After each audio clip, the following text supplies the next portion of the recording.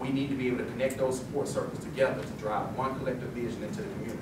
But the vision mapping process itself is very quite different from this. We map out your individual personal vision itself. And so that's why we say we would love for everybody to come by and actually see this. But does this help you, does this process help you look deeper into who you are and what you do? And I see the head shaking, and I see it all the time. That is my greatest confirmation, is that we start that process of helping each other. And yes, and we can now open it up for Q&A or any comments as well. Yes, sir. Yeah, I noticed that we often try to fit into the box that has been given to us.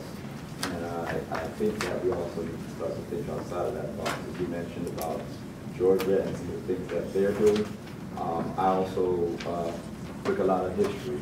And one of the things that I recently discovered that I did not know, but I always dig for Black history, is that we also invented and patented the helicopter. And we seem to be training our youth to form into a system. And last night I was working until about 2 in the morning with some people that do some technician work as well.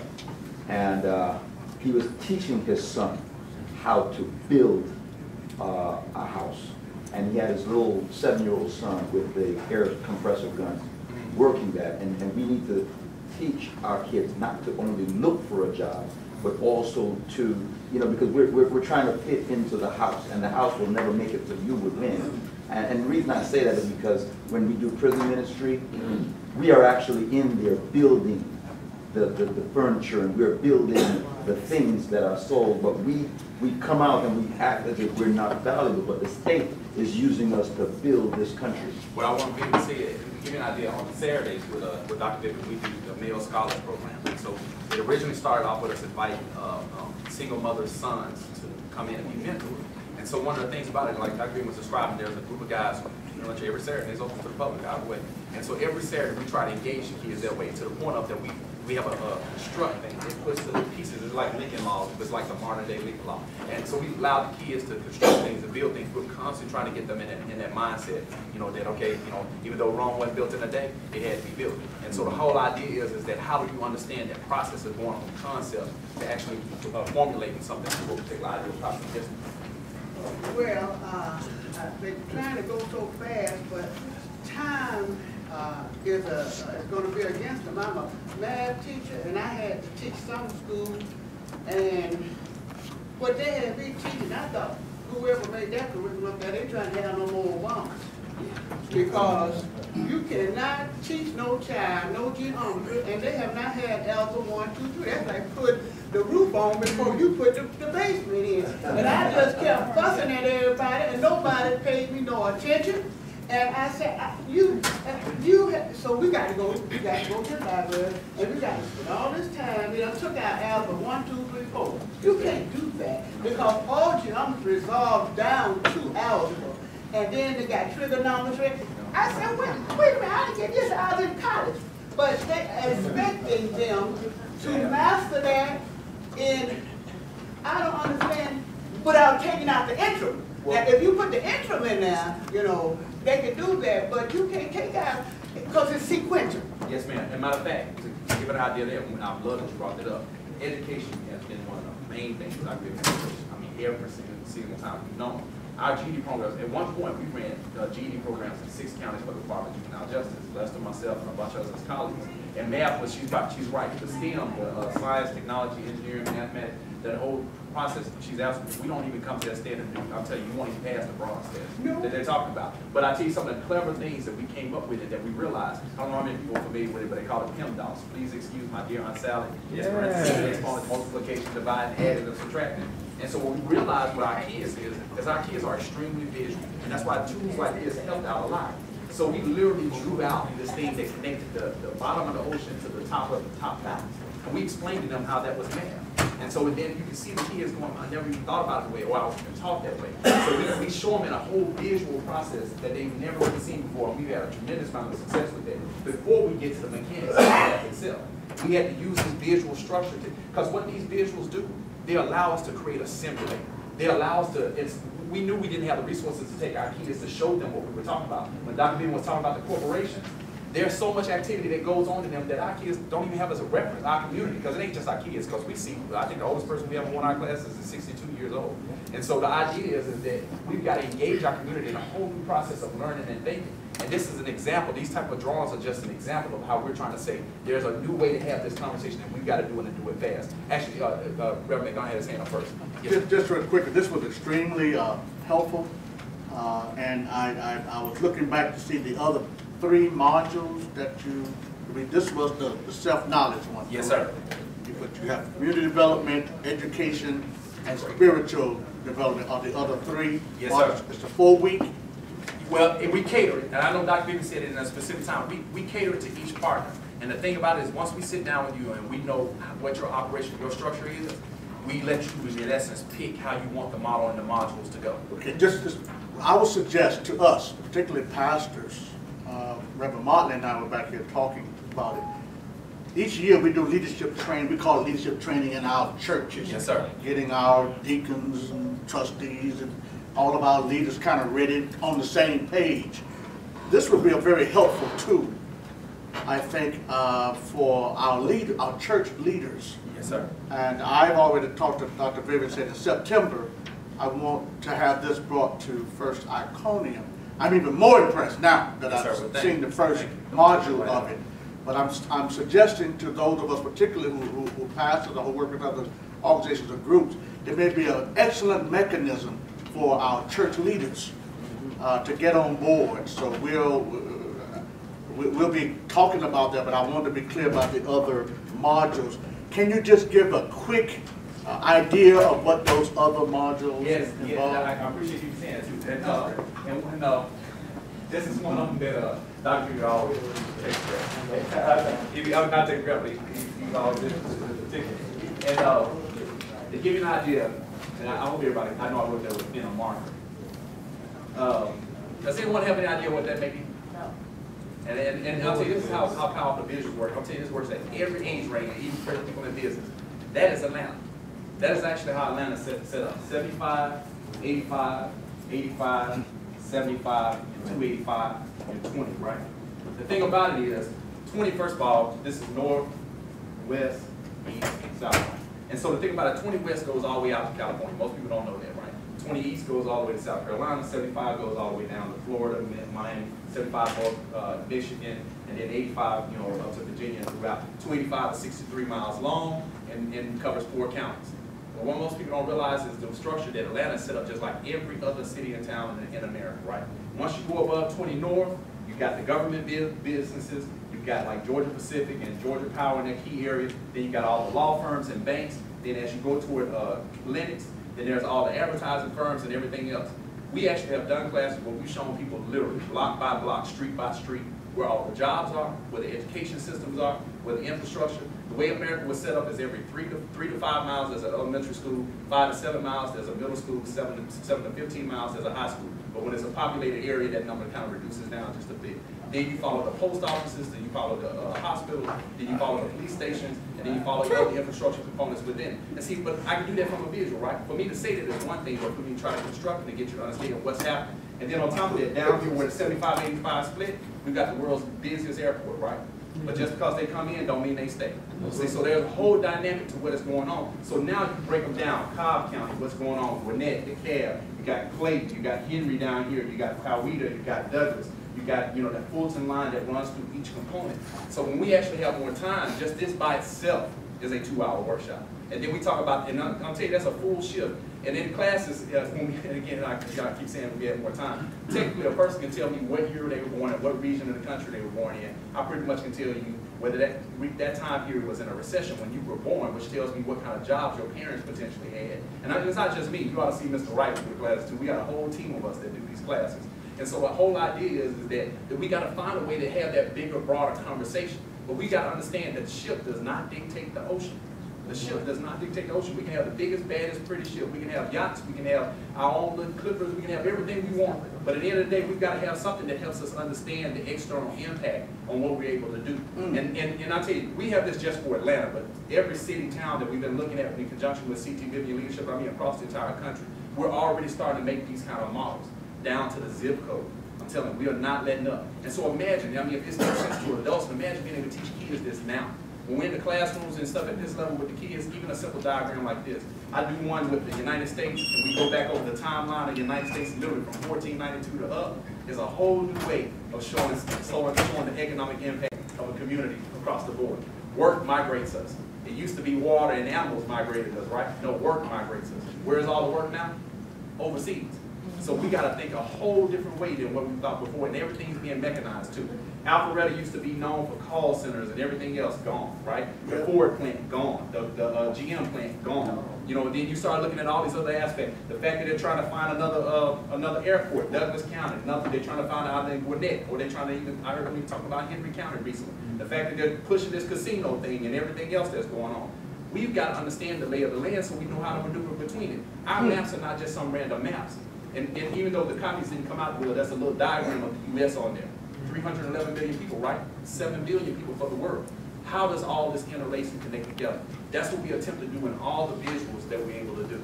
The visuals try to broaden that conversation. Actually, the two gentlemen had that first. And then I'll come on. Yes. Excellent. Okay, now the application for this, I see CT Vivian Institute in every community, because so we get this information out. Because certainly you train, then we train, and yes, so we continue. So you're talking about an extension of the institute to every community.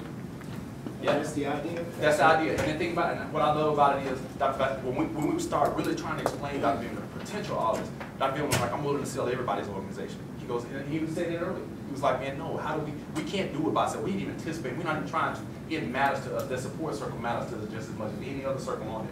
We're not asking you to reshape or reconfirm, do anything to your current organization. Let us come in and be a complement to it. So, but if you want to be a direct extension of us, we're more than happy to do it. That's why we were partnering with ITC, because we want this to be a trainer center. We did a workshop just this past weekend at a family reunion, and we didn't even know there was a bishop in a family reunion that was there. And this guy got one of the largest churches in Texas, and all of a sudden he's like, can y'all come there? I mean, we just showed up. We didn't care. And the other part about it is people been hard to believe. We do not have a back for this. It's been entirely self-funded on our own. And the thing about it is we've been showing up just because the need has been there. We ain't been worried about money. We ain't been worried about trust. We know we need it, but we're not worried. It's the right thing to do. And so that's the thing with us is like whatever gets this done the fastest. If we could have turned this into a full day of training, we would have. And we would share with you every aspect, every tool. I brought some of the books. I mean, there's a ton of them. I'm telling you, there's thousands of these videos. But whether you serve children, whether you serve seniors, whether you serve the unemployed or the homeless. And I love it because Mr. Wright definitely does a lot with the homeless all over. So we not only get your models, but perhaps means and for expanding this to communities as well. Not just the exactly instructional material, but the techniques for expanding it. I hate that she had to leave, but there was a person representative for Georgia Pacific. But we're going to corporations in San Diego. We're never going to stop buying your products and services. Sadly, we're not yet. Until we learn how to be hollow. And we talk about that all the time. So we're telling the corporations the same thing. We said, look, we want to be a partner. We're not asking you to sponsor nothing. Give us the resources to impact our community the same way you want to impact the community. But let us serve first. Let us serve first, and let us collectively find the units to be able to do it. One of the internal projects, and it is small in honesty compared to the impact that this room can have, but there are over 900 Martin Luther King streets in the country. And so what most people don't realize is that, we would love to have a leadership institute on every one of those streets where that is the hub, where if you go into a community, you go to that street and get it started. But our strategy goes beyond the King streets. Every single community we looked at between 4 and 10 communities, 10 streets, physical streets, to try to have services. Just this morning, we made a presentation to Parks and Rec, so we're looking at both the Parks and Recs, the libraries, and everything else. So you can't get us enough volunteers, partners, whatever any person wants to be able to do. And they just pick out like you're saying, they get to pick out the materials they want to use. We'll train, and we'll just keep doing it time and time again for each other. Actually, there was one other person had their hand up over here. Yes, sir. The gentleman. Yeah. First of all, I'd like to commend you. This is an excellent program because it deals with the internet. I love that. That is phenomenal because the inner reality is the reality. And I appreciate the assimilation of information, connecting dots because it's about organization. Most of us, even our thinking process is not organized enough for us. That's right. So with the visuality of it, the visual aid, I think that's a very powerful impact, to do that. And I'm a volunteer chaplain in the prison system. Yes, sir. And I work with the Cap County courts as a youth advocate, so I deal with that population. I know, brother. Yeah. And this is needed in the prison system as well. for the Chamber of Correctional goals, because these are people who are reintegrating back into society. A lot of them are parents, fathers, mothers, you know, and we need to really look at the ones that are problematic, you know, to become part of the answer. And I think this, as I commend you, Dr. Vivian, and you, my brother, Yes, sir. as a service provider, because this is sorely needed. Yes, sir. And whatever I can do, you know, I'm at your disposal, because this is my element, my forte. No, and I tell you, we want it on the ground. I remember one day I was driving to Vivian home. I didn't think much of it because I think about it this way all the time. And I was like, Dr. Vivian, we need to knock on every door, every door. And I love it because he uses that all the time. He says, he's like, no, we need to knock on every door. We need to knock on every single door. So please make sure we get your information. And by the way, I know as soon as Lester or Mr. Wright saw you, he was happy to see you because I guess y'all have worked together a couple times in the court system and everything too. Well, actually, Dr. He had his hands up first. So I don't know. Okay, you do it. I was just saying, just to echo that, I think one of the amazing things now is we also have social networking. So you have YouTube, and it would be great to put this video Yes, sir. or the whole workshop series that Dr. Reverend McDonald was just referring to put the modules on YouTube that can be used. So if you're not there, you know, folks can still work the system and use, of course, social networking as resources to download the information. I think it could be perhaps one of the most extraordinary developments in terms of empowering local churches and communities around the country, getting it into seminaries, because most people don't have access to a process of working through their stories and their narratives in a way that helps them look forward. So, in fact, what you're dealing with right now, Doc, is exactly what it's all about. This stuff has been at the high level all the time. That's how corporations have gone from being little stores, big stores, to billionaire stores, right? This is how it's done. But we knew nothing about how it was done. We acted as though it was magic, right? Because that's all we saw would be making magic, right? It was all of this kind of stuff in the back room and at the top level. We were with one company, I don't want to name it, but we were with one company. When they heard just the first part, they said, wait a minute, right? And they went up to their planning room, right? And got their two top people to come down with us, right? And we just had a lot of fun, right? Is that, now I knew this 20 years ago, 30 years ago, but I didn't know it. You get my point? Is it, let me give you teleprompter. I was there when teleprompter began, okay? Because I happened to be with the guy that was doing like stuff, right? So we, in fact, we had to get money for it. So we went to teleprompter, and they gave us $60,000 just to get started when we explained what we knew, right? Now my point being is, they knew far more than we did, right? But the point is, they wanted to know what we knew, right? Now the point is, we had a great deal of fun. But the thing is, the guy that just started teleprompter died 3 months ago, right? I saw it in the New York Times. The point being is that this stuff has been going on all the time, right? But we didn't have, as the church, the kind of people that can lead us through that. We don't have a place where we can find out. Listen, when I was editing at Sunday School Publishing Board, right? We would go out to Omaha at least once a year and put stuff together for the new, for what was going to happen in our Sunday schools for the next year. You know, I mean, the actual materials we put them together, right? But the interesting thing about it is, they said our stuff was too heavy. You know why it was too heavy for each age group? Because we had no experts on it. So all we were doing was trying to outright each other. So we were designing stuff for all adults, and we were trying to be like we were out preaching each other. We were out writing each other, right?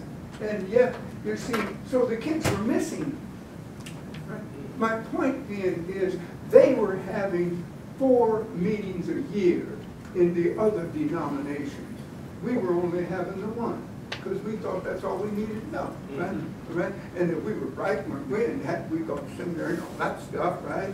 And we could show this and we could show that. So didn't we have it all?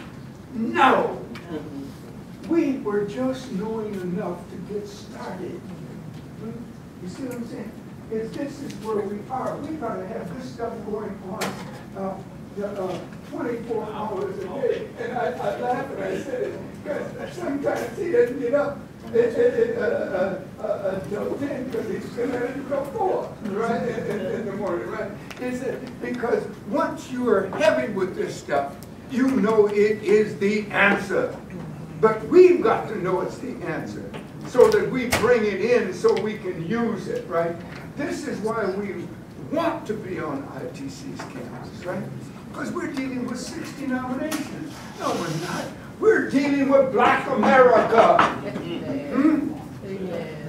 It's not a matter of what we learn, it's a matter of what Black America gets to absorb and use, right? That's why we're doing it. It has anything to do with the ITC. It has something to do with Black America. It doesn't have anything to do with any one of us. It has to do with Black America.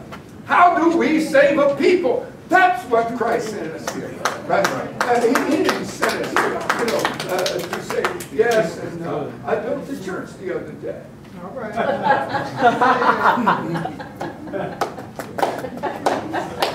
That's good. That's good, Dr. Vivian.